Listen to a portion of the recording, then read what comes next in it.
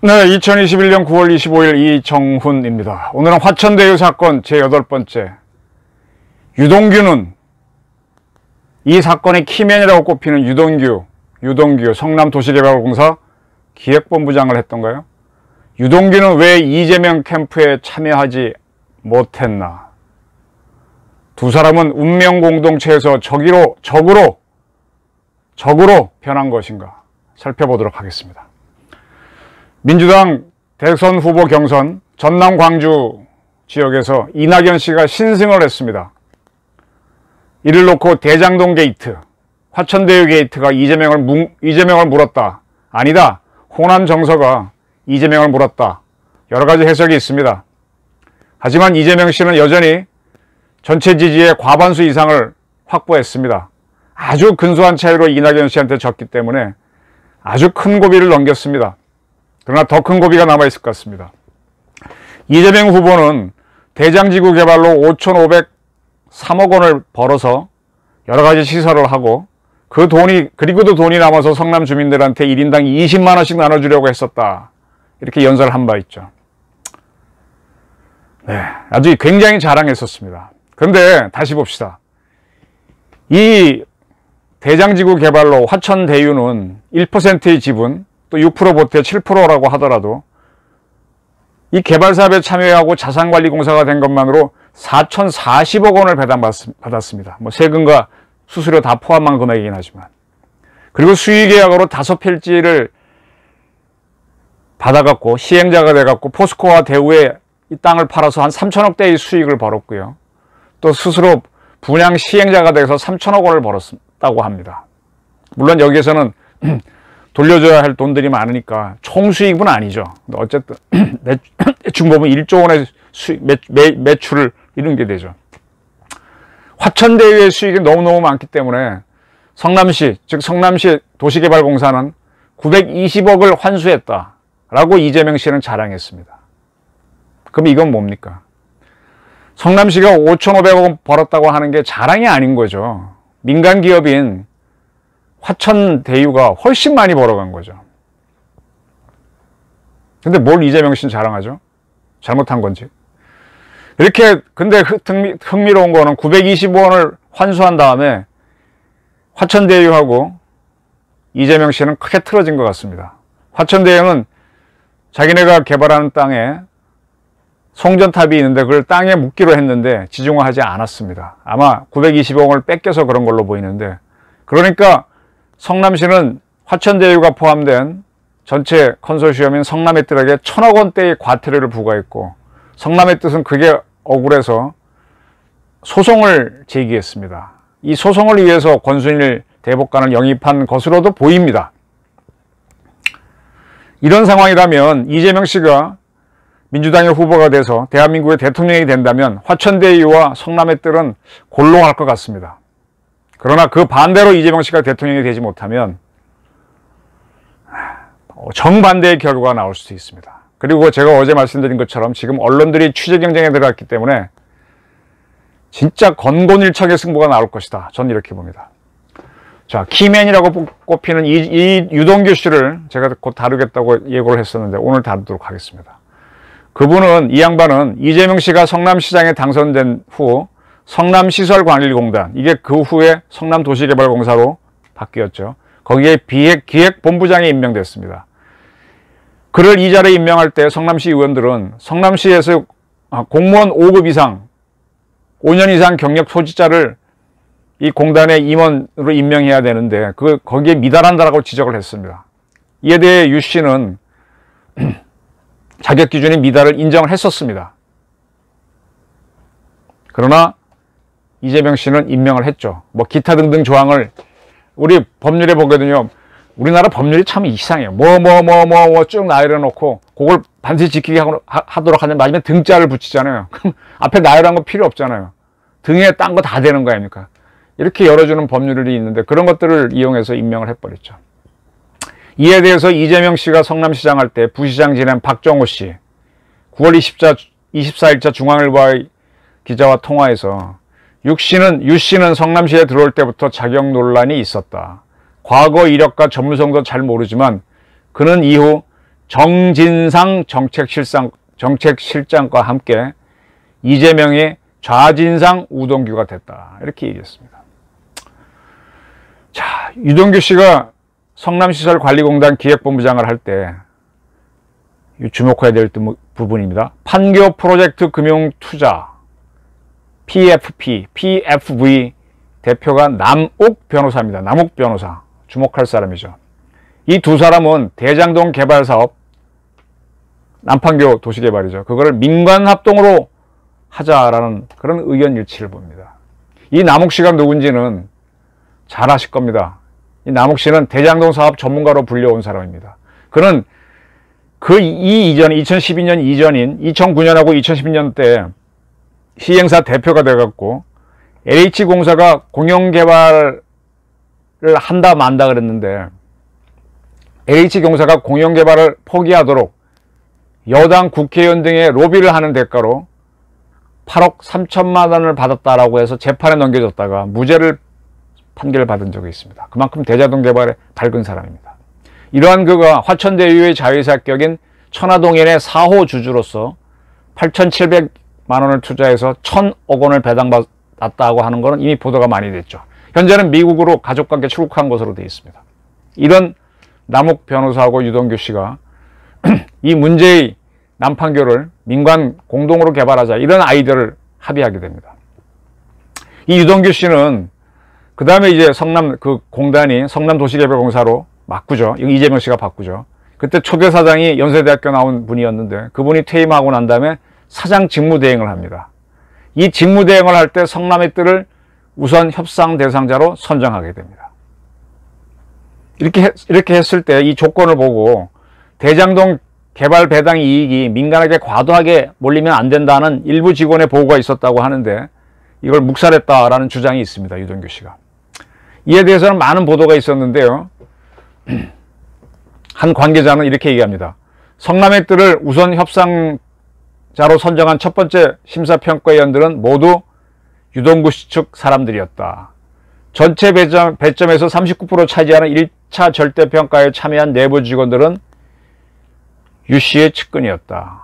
평가위원 A 처장은 유 본부장이 리모델링 조합장 시절 이 유동규 씨가 리모델링 조합장 했다는 부분을 기억해 두십시오. 부터 친분이 있던 인물로 유 전 본부장이 임명되면서 공사에 합류한 사람이다. 그리고 B 본부장은 시설관리공단 임원 추천위원으로 영입되려다가 한 차례 무산됐다가 그 이듬해 새로 만들어진 팀장급 직책으로 채용됐었다. 이 사람도 채용에 문제가 있던 사람이죠. 그러니까 유성규 씨가 영향을 발휘해서 들어왔던 얘기겠죠. 그리고 이 남욱 변호사의 대학 후배인 정모 변호사는 공사에서 팀장으로 재직하며 유동규 씨와 편하게 의견을 교환했다. 반바지와 슬리퍼를 끌고 다니고 유동규 방에도 들락날락하고 그런 특혜를 누렸다. 이런 주장들이 나오고 있습니다. 시 실장은 건설 분야 경험이 없지만 유동규의 지시로 1차 평가에 참여했다. 그리고 정 변호사하고 A 처장은 2차 상대평가에도 참여했다. 뭐 이렇게 주장이 나옵니다. 굉장히 시끄럽습니다. 지금 성남지구, 대장지구 특혜 문제가 불거져 나오니까 성남의 뜰을 화천대유 등을 상대로 소송이 지금 나오고 터지고 있습니다. 근데 이 소송을 가만히 보니까 현재 4건으로 알려져 있는데 이 특혜 보도가 나기 전부터 이미 소송이 제기된 것도 있어요. 그럼 이거는 언론이 뒤늦게 보도한 거고 이미 문제될 대로 문제된 거죠. 근데 이거를 이재명 씨는 굉장히 자랑해왔던 겁니다.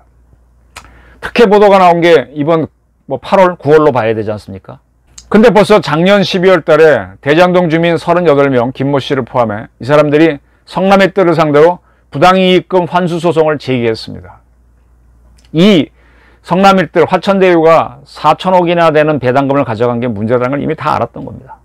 공공개발을 내세워 시세의 절반에도 미치지 못하는 토지 보상금을 제공하고 토지를 강제 수용해 특정 민간업체가 낀 페이퍼 컴퍼니, 이게 성남의 뜰이죠. 가 막대한 개발 이익을 가져간 것은 받아들일 수 없다. 이렇게 주장합니다. 그리고 부가적으로 평당 600만 원 가량이 든 땅을 시세의 절반인 300만 원으로 수용했다. 이게 문제다 이렇게 지적합니다. 네, 이게 본질을 짚은 겁니다. 그래서 이 사건은요, 이재명 씨가 대통령이 되든 안 되든 계속 터집니다. 그리고 또 다른 원주민 유모 씨 등 8명이, 이분들은, 이 양반들은 이제 그 대장동 개발 이후 이주자 주택, 이건 이제 원주민에게 제공되는 토지인데 거기에 입주하려고 하는 사람입니다. 이 사람들도 작년 3월에 이미 성남의 뜰을 상대로 채무 부존재 확인 소송을 제기한 바 있습니다. 무슨 얘기인가 하면 이제 개발 과정에서 분양가 등이 막 올라버렸잖아요. 그럼 이분들이 그 자기네가 배정받은 땅에 입주하려면 건설비가 올라갔으니 추가 비용을 더 내야 되거든요. 근데 우리는 받은 보상금은 적다. 강제 수용했으니까. 그러니까 돈을 못 내겠다. 뭐 그렇게 해서 소송을 낸 거죠. 그리고 원주민이 아닌 성남 시민들도 성남의 뜰을 상대로 배당 결의 무효 확인 청구 소송을 제기했습니다. 이들의 대표 대리인 이호선 변호사는 2018년부터 20년까지 이루어진 그러한 배당은 상법과 민법에 위배된다라고 주장하고 있습니다. 점점 커집니다. 이에 대해 화천대유는 토지보상법이 정한 대로 세 사람의 감정평가사가 실시한 평가액의 평균으로 결정됐다. 토지 수요자의 의견을 충분히 반영했다. 보상액이 마음에 들지 않으면 수용 재결, 이의재결, 행정소송 등 구제 절차를 거칠 수 있었고 그러한 구제 절차를 거친 사람도 있다라고 해명을 하고 있습니다. 이 기사를 봐주십시오. 오래된 기사입니다. 2010년, 지금부터 11년 전 5월 14일 경향신문에 그 당시 최인진 기자가 쓴 기사입니다. 제목은 분당 리모델링 추진이 민주당 성남시장 후보 지지, 민주당의 성남시장 후보를 지지했다 이겁니다. 그리고 기사의 주 내용을 보면 유동규란 이름이 나옵니다. 그때 이 양반은 한서울마을 5단지 리모델링 조합장이었던 모양입니다. 이러한 유 씨와 김종민 효자촌 그린타운 리모델링 추진위원장 등 분당 리모델링 추진위원장 4명은 2010년 5월 14일 이재명 후보 선거사무실을 방문해 지지성명을 발표했다. 이렇게 보도했습니다. 이들은 성명서에서 이재명 후보가 분당의 현안을 해결하는 현장에서 솔선수범했고 리모델링 관련법 개선에 노력한 점 등을 높게 평가해 분당 리모델링에 가장 적합한 시장 후보로 결정했다. 이렇게 밝혔습니다. 네, 유동규 씨가 이렇게 지지를 했군요. 그리고 2년이 지난 이때는 유동규 씨가 그 성남 공단의 기획본부장을 할 때죠. 2012년 5월 3일 한겨레 보도입니다. 기자는 김기성 기자입니다. 제목은 분당 대장동 새도시 개발을 놓고 시장과 측근이 엇박자를 놓고 있다. 이런 제목입니다. 기사를 보면은 분당구의 마지막 노른자의 땅인 대장동 새도시 개발 방식을 놓고 논란을 일고 있다.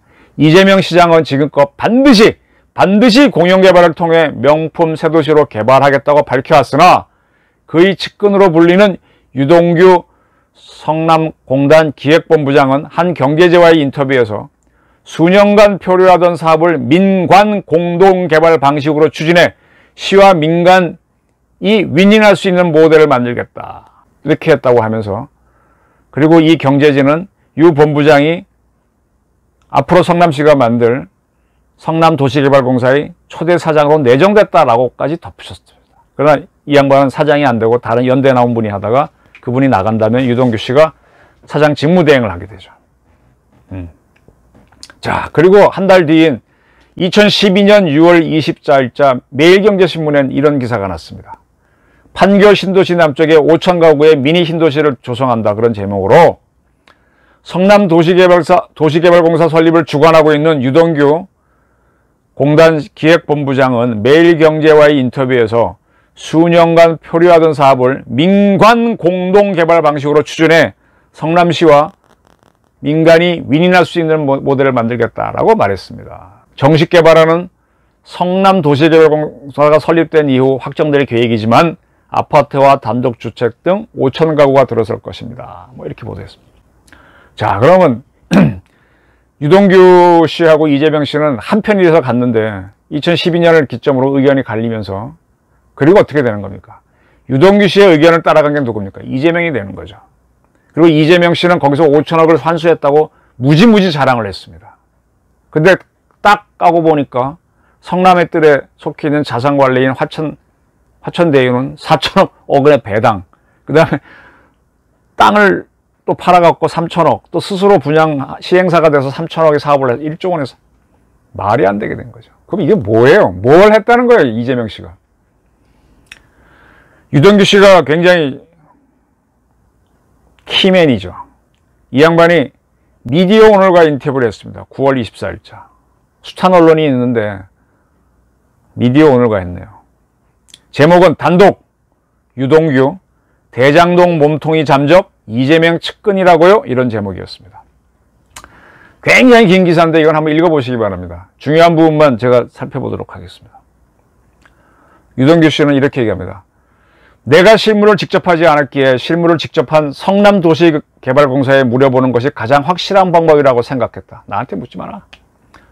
그리고 내가 왜 전화를 껐는가 하면은 전화를 켜두면 계속 나를 물고 늘어질 것 같았다. 그래서 아예 전화번호도 바꿨다. 이렇게 얘기했습니다. 그리고 이 화천대유한테 많이 배당한 문제에 대해서 배당 방식은 성남시가 직접 투자하기 어렵다는 전제가 있다면 민간과 SPC, 특수목적법인이죠. 할 수밖에 없다. 그죠?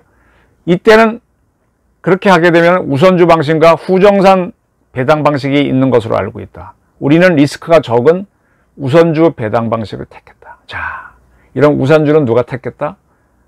우동규 씨가 직무대행을 하던 성남도시개발공사가 택했다. 이러한 승인은 누가 했을까요? 결국 이재명 씨가 한 거죠. 네.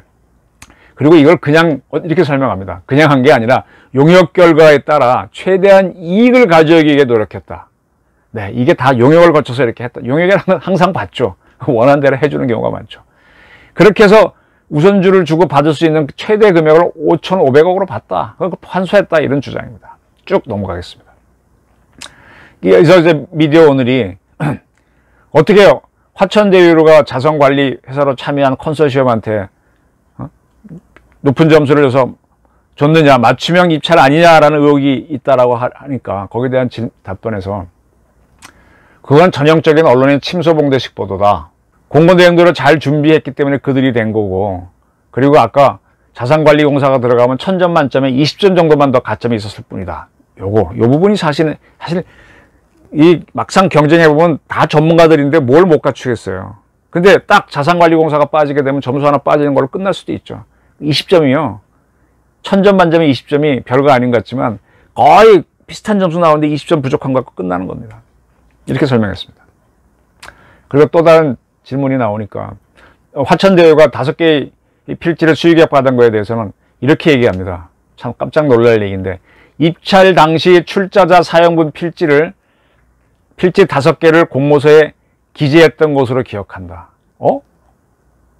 성남의 뜰 쪽에서는 아예 출자자 사용 필지 5개를 공모서에 기재했던 것으로 기억한다. 이런 내용인가? 아니면은 성남도시개발공사 공모서에 그렇게 했던 건가요? 다른 입찰들은 필지 5개가 아니라 전체 필지를 출자자 사용번호 할애했다는 이야기를 들었다.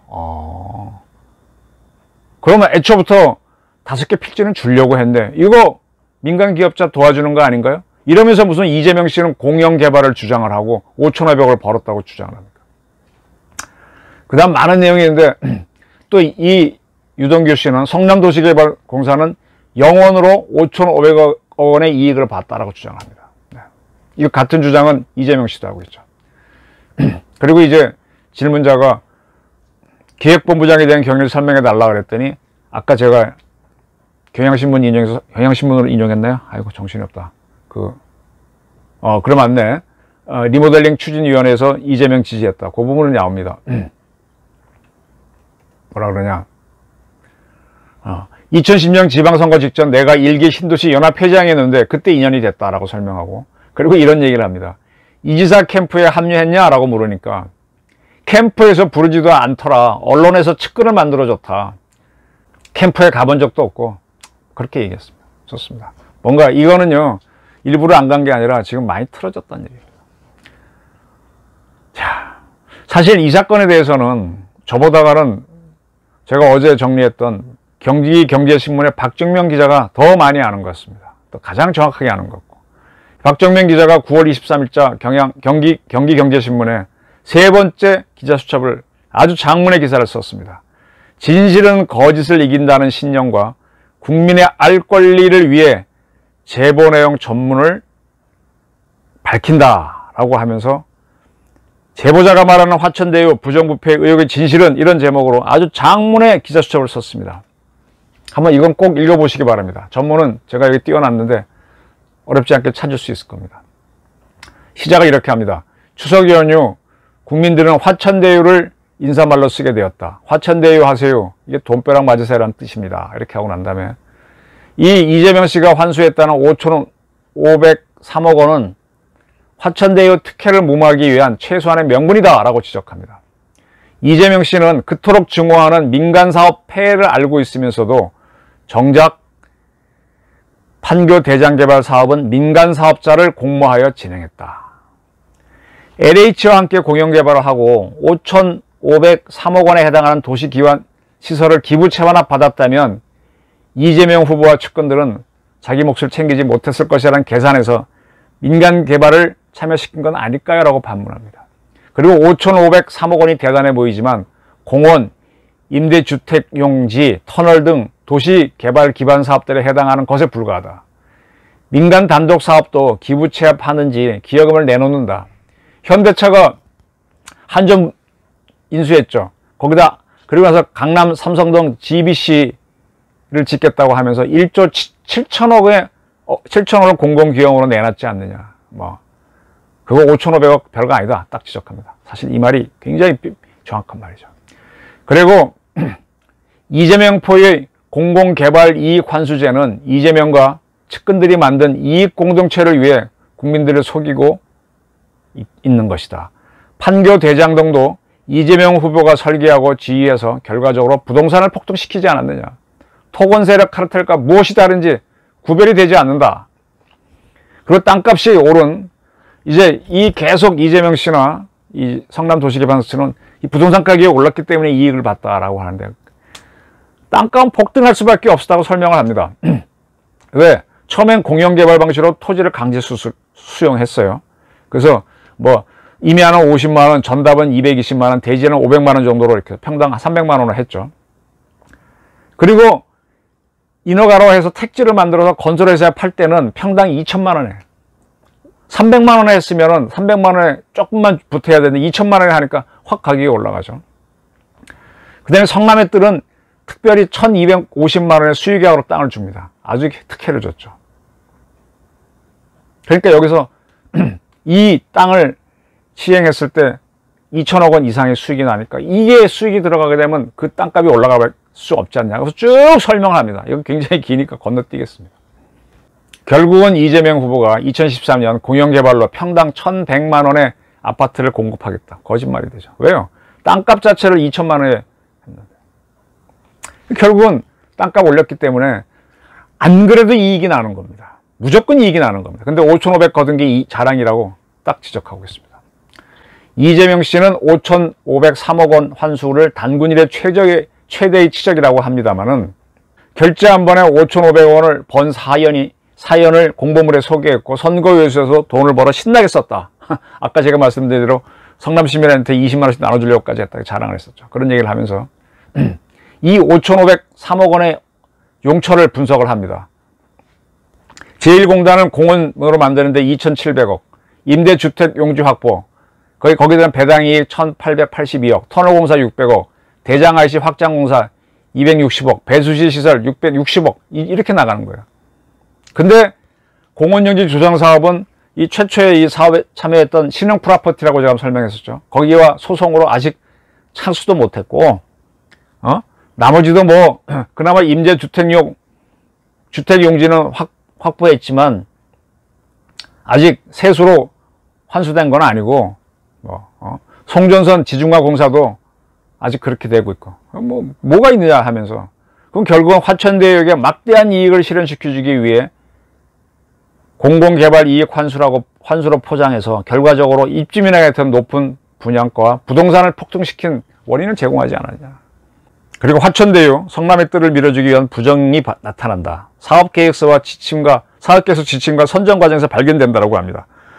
도시개발법 시행령 6조 2항은 공모기간을 90일로 해놨는데 성남도시개발공사는 응모기간을 41일로 했고 다음날 바로 성남의 뜰을 우선 협상자 대상 지정했다. 선정했다고 지적합니다. 또 여러 가지 또 지적합니다. 그리고 아까 제가 거론했던 대로 자산관리 회사가 있으면 상대평가에 20점을 줬다. 아까 20점이 별거 아니라고 유동규 씨는 얘기했죠. 아주 중요한 겁니다. 성남의 뜰은 화천대유라는 자산관리 회사를 일주일 전에 만들었다. 이건 뭔가 내통이 되지 않고는 그런 얘기도 합니다. 그리고 내부 지명 임명이 상대평가에 들어갔다. 네. 그리고 이재명 후보는 성남 판교 대장개발사업 고시의 변경을 통해 부정행위를 했다고 지적합니다. 5개 블록을 수의계약을 통해서 줬고요. 시행사가 아닌 자산관리를 하는 화천대유가 수의계약을 통해서 분양받았습니다. 이재명은 화천대유에 대한 특혜 부정에 대해 그것은 민간의 영역이라 모르는 일이라고 합니다. 사업의 변경을 고시할 경우 시장의 허가가 필요한데 몰랐다면 직무유기고 배임이다. 이재명 후보의 의중이 아니면 유동규 본부장이 할 수 없는 일이다. 딱 지적해냈습니다. 그리고 화천대유는 3천억 이상을 횡령한 걸로 보인다. 쭉 설명합니다. 읽어보십시오. 자, 이 박정명 기자의 기자수첩을 보게 되면 그와 더불어 그에게 제보를 해준 사람은 상당한 정보를 갖고 있고요. 이 사업 전체를 보는 사람이 거의 확실합니다. 그러나 어느 한쪽으로 손해를 봤기 때문에 이런 제보를 하겠죠. 치우쳤을 수는 있습니다. 그러나 똑같이 이재명 씨도 한쪽만 이야기하고 있습니다. 이 어디께에 정답이 있겠죠. 근데 어딘가 팩트가 틀리면 한쪽은 무너집니다. 전 이렇게 봅니다. 유동규와 이재명 그리고 화천대유의 실질 투자자인 김만배 씨 기자 출신, 그 다음에 명목상 대표인 이성문 변호사, 그 다음에 천화동인의 4호 주주였던 남욱 변호사 등이 참여한 성남의 뜰과 화천대유, 유동규와 이재명이 틀어졌고요. 성남의 뜰과 이재명이 틀어졌다는 사실입니다. 그래서 이런 제보가 나온다고 저는 봅니다. 이렇게 틀어졌기 때문에 이재명 씨는 대통령이 되지 못하면 큰 사단이 일어나고요. 또 거꾸로 틀어졌기 때문에 이재명 대통령을 막기 위한 결사적인 싸움이 시작된 겁니다. 이 사람들은 이재명 씨를 흑수저 출신으로 개천소 영난 사람으로 그리고 없는 사람을 위한 일짐의 홍길동으로 보는 사람들이 많은데 그게 아니다라고 이분들 아마 보는 걸로 저는 봅니다. 전혀 다르게 보는 거죠. 그래서 건건일천의 싸움이 벌어집니다. 여기에 기자들이 참여해서 어느 쪽이 옳은지를 쭉 취재하다가 사실이 확인되면 쓰면서 큰 축이 기울 겁니다. 그런데 종종 사건은 다른 데서 터집니다. 이 토건공사, 토건게이트라고 이재명 씨가 얘기했는데 이 건설공사에서는 먹이 사슬이 있습니다. 상당히 단위가 큽니다. 그걸 킥백이라고 해야 되나 리베이트라 해야 되나 커미션 뭐 그런 게 있습니다. 공사는 이권을 따내기 위해서 반드시 금품 제공이 있습니다. 이게 시행사 시공사 왔다 갔다 하면 거기서는 그렇게 가겠지만 성남시나 성남도시개발공사 관계자가 개입되어 있다고 하면 폭발적으로 커집니다. 참고로 아파트 하나 지으려면요, 저도 그쪽 전문가는 아닌데 구청이나 시청에 가가지고 그 많은가 도시가 수도가 쫙 있죠. 거기 가서 다 통과받아야 돼요. 예를 들면은 하수과도 중요합니다. 여기에 미니 신도시 5천 가구 짓잖아요. 그럼 거기서 하수 1인당 몇 명씩 해갖고 거주 숫자가 대략 나오지 않습니까? 그럼 그분들이 발생하는 하수 총량이 있죠. 그 하수 총량이 어디로 갑니까? 한강으로 가죠. 근데 한강을 흘러들 수 있는 하수 총량은 한정되어 있습니다. 그거 넘어서면 허가가 안 납니다. 그러면 거기에 대한 허가를 막기 위해서 모두 주고 하는데 그런 식으로 모든 시청이나 구청에 있는 하나의 과를 통과하는 게 무지무지 어려운데 이걸 척 통과했습니다. 여기서 무슨 먹이사슬이 나오면은 굉장히 이재명 씨는 타격을 받습니다. 자, 저는 취재 경쟁에 기자들이 안 들어갈 수가 없어요, 이 사건은. 지금 동아, 조선, 중앙 기자들 신문 보시면 굉장히 열심히 하고 있습니다. 거기에서 뭔가 공부를 하는 게 터지면은 대한민국에 큰 거학이 하나 자빠질 거라고 봅니다. 처음엔 같이 갔던 사람들이 이렇게 틀어지게 되는 과정, 참 우습죠. 유동규 씨가 이재명 캠프에 참여하지 않았다는 게 참 전 특이합니다. 키맨이. 화천대유 사건 8번째 분석은 오늘 이것으로 마치도록 하겠습니다. 경청해 주셔서 감사합니다.